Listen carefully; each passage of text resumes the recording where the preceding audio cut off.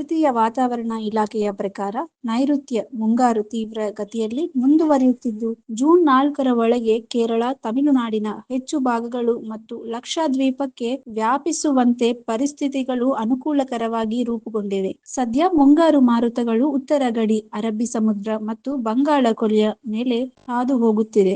June 4ರ ಸುಮಾರಿಗೆ ನೈಋತ್ಯ ಮತ್ತು ಆಗ್ನೇಯ ಅರಬ್ಬಿ ಸಮುದ್ರದ ಕೆಲವು ಭಾಗಗಳು, ಲಕ್ಷದ್ವೀಪ್, ಕೇರಳ, ತಮಿಳುನಾಡು ಮತ್ತು ಬಂಗಾಳ ಕೊಲ್ಲಿಯ ಬಹುತೇಕ ಪ್ರದೇಶಗಳಲ್ಲಿ ಮುಂಗಾರು ಹೆಚ್ಚು ಮುನ್ನಡೆಯಲು ಅತ್ಯಂತ ಅನುಕೂಲಕರ ವಾತಾವರಣವಿದೆ ಎಂದು ವಾತಾವರಣ ಇಲಾಖೆ ತಿಳಿಸಿದೆ. ಕರ್ನಾಟಕದಲ್ಲಿ ಇಂದು ಬಹುತೇಕ ಜಿಲ್ಲೆಗಳಲ್ಲಿ ಮಳೆಯ ಸಾಧ್ಯತೆ ದಟ್ಟವಾಗಿದೆ. ಕೊಡಗು, ಮೈಸೂರು, ಹಾಸನ ಮತ್ತು ಚಾಮರಾಜನಗರ ಜಿಲ್ಲೆಗಳಲ್ಲಿ ಒಂದೆರಡು ಕಡೆಗಳಲ್ಲಿ ಸಿಡಿಲು ಮತ್ತು ಬಿರುಗಾಳಿ ಸಹಿತ ಭಾರಿ ಮಳೆಯಾಗುವ ಸಾಧ್ಯತೆ ಇದೆ.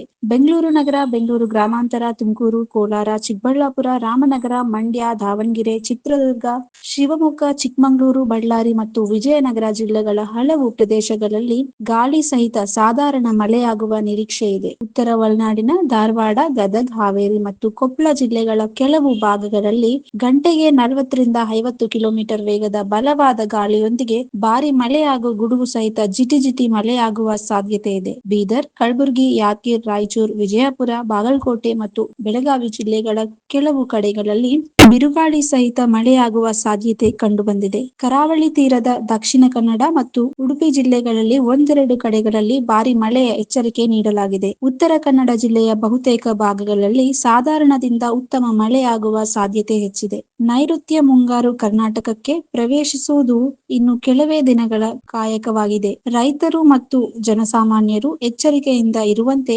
ವಾತಾವರಣ ಇಲಾಖೆ ಸೂಚಿಸಿದೆ. ಈ ವಿಡಿಯೋ ನಿಮಗೆ ಇಷ್ಟವಾದಲ್ಲಿ ಲೈಕ್ ಮಾಡಿ, ಶೇರ್ ಮಾಡಿ, ಸಬ್ಸ್ಕ್ರೈಬ್ ಮಾಡಿ.